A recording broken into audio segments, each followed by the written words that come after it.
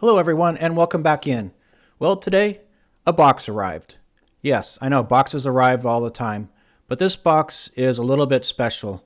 So let me share this box with you and especially what's inside the box.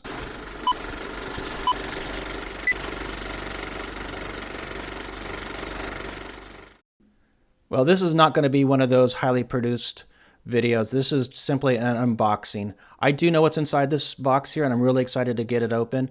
I've been working on this project for about 2 years, and this is the first time you are seeing it in real time with me at the moment. This is the first time I've seen it. This is my book. The title of this project is called With or Without, and I'll get into that a little bit. I've got a little postcard here from Fernando saying congratulations. That's really nice. The book is out on the AK Interactive website as of today, January 24th. And my copies of the books just arrived to me today as well. This is the very first time I have physically seen this book and touched this book. And before I get a little bit too far along here, I just really want to thank Fernando, Albelio, John, and Murat especially, who was my primary editor, for really helping me get this book together. And so first impressions, it's really nice. The paper is heavy. The colors are great. The texture is wonderful.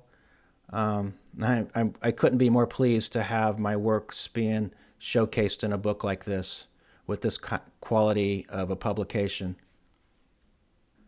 And so let's talk a little bit about the With or Without. The theme itself, With or Without, was actually suggested by Fernando. And the idea is kind of a loose idea, but it was kind of the idea behind the book is, as modelers, we are always making choices, so we decide what type of paint we're going to use. We decide really at the basic, what kit we're going to build, what paint we're going to use, whether we're going to use aftermarket or not. And sometimes we have these choices and sometimes we don't have these choices. Maybe we don't have an airbrush or we don't have certain types of paints. And so it's kind of a book about, well, if you make certain choices, what are the consequences, or what can you do to work around certain issues if perhaps there's a constraint or a liability, or maybe it's an opportunity.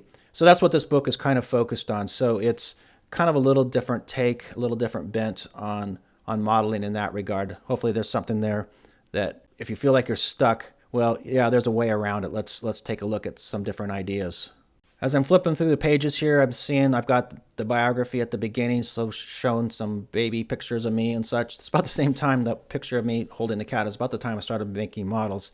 A few show pictures, some photos of different models I've been building over the years, different publications that I've been in, and all that text is an introduction that I wrote that has a lot to do with the philosophy of how I approach models, and in particular, how I approach models in this particular book.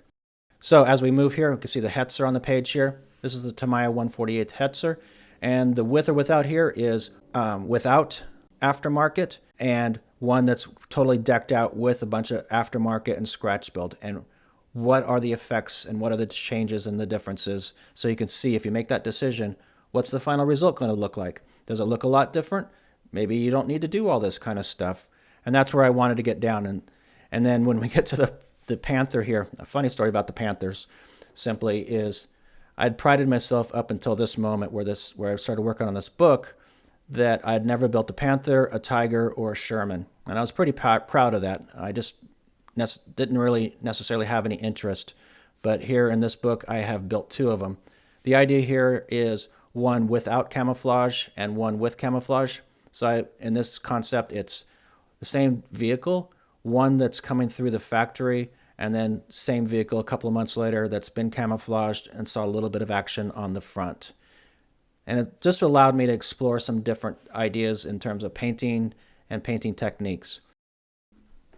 Flipping pages over to the Stugs, this chapter has to do with, if you don't have an airbrush, what are some ideas to be able to produce really nice finishes without an airbrush. So I explore using the weathering pencils as an option, hand brush painting as another option, and different filters and filtering techniques, and just oil paints and such. Just ways to really bring up your models, even if you're not using an airbrush. And then this final chapter, using the Greyhound, this is the Tamiya Greyhound, I kind of threw caution to the wind and decided that the without is without restraints, as you will.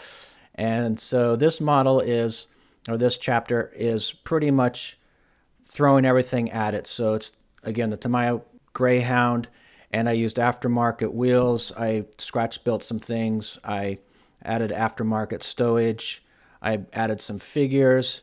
And finally, I built the base because I just felt it was important to, if nothing else, bring a project fully to completion. And then as we move through the final parts of the book here, there is a gallery section, and there's a number of models in here. And it was kind of interesting when we got to this stage of the process that, they really wanted to fulfill or fill up the back of the book with the gallery section. And so I kept asking for more and more and more work, and going through and finding all of my prior pieces. And some of these are, 10, 20 years old, maybe about 20 years, probably as far as back as they go, I guess. But it really brought back a lot of memories, a lot of really good memories, a lot of good modeling time, a lot of good bench time. I can still see myself taking some of these to shows and writing articles about them and posting them on the internet. And so it was a really interesting time. So the whole process, yes, it took a long time to do. But as I open up the book today, and I could honestly say that it was totally worthwhile. I really do hope that if you decide to get a copy of this book, that there's something else in here. There's something in here that you can find that's very useful in your own work, or at least that it's something that is totally enjoyable. And again, it's available on the AK Interactive website. Let me know what you think. If you get a copy, give me a shout. Let me know what you think. We'll talk to you soon. Thanks, guys.